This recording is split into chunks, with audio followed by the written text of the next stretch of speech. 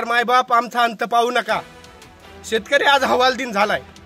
15 दिवसापूर्वी आमचं पीक असं हिरवं डोलत होतं साहेब.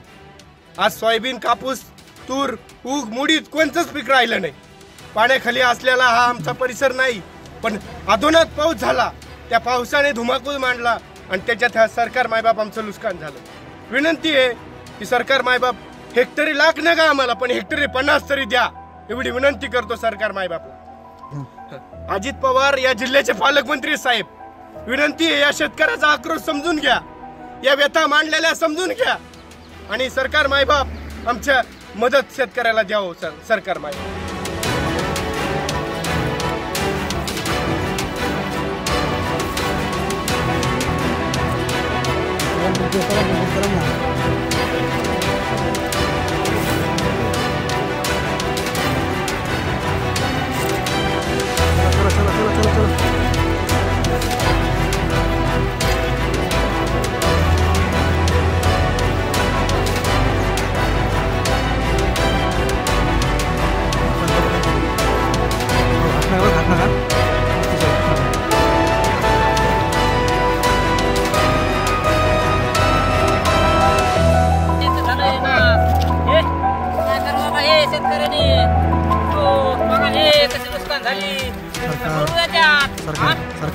सरकार हे बघा, सरकार कसं झालं हे.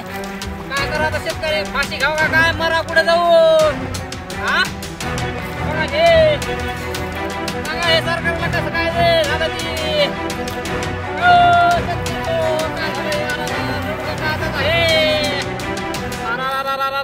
काय झालं हे, कसं झालं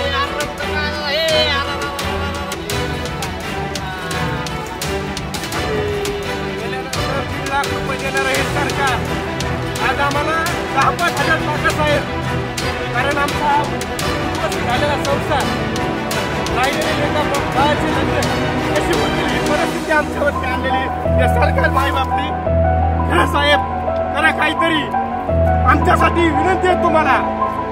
साहेब कसे शिकवायचे, कसे करायचं, आम्ही झोपण्याची वेळ आमच्यावरती आणली. साहेब अंत पाहू नका, शेतकऱ्यांचा अंत पाहू नका. आता हा शेतकरी कसा जगायचा हे तुम्ही सांगा. एकीकडे लाडक्या बहिणीचं सरकार म्हणते आणि शेतकऱ्याला वालीवरती सोड नका, अशी परिस्थिती आमच्यावरती. कसं करायचं सरकार मायबाप, आम्ही कसं जगायचं, या व्यवस्थेपुढे आम्ही काय मांडायचंय. आमची ही वेदना, आमची ही भावना तुमच्यापर्यंत पोहोचल का, अशी परिस्थिती आमच्यावरती भावना आम्ही मांडतोय साहेब. याचं उत्तर सरकार मायबापने घेऊन या शेतकऱ्याच्या नुकसानीची किंमत करा, एवढीच विनंती करतो सरकार मायबाप.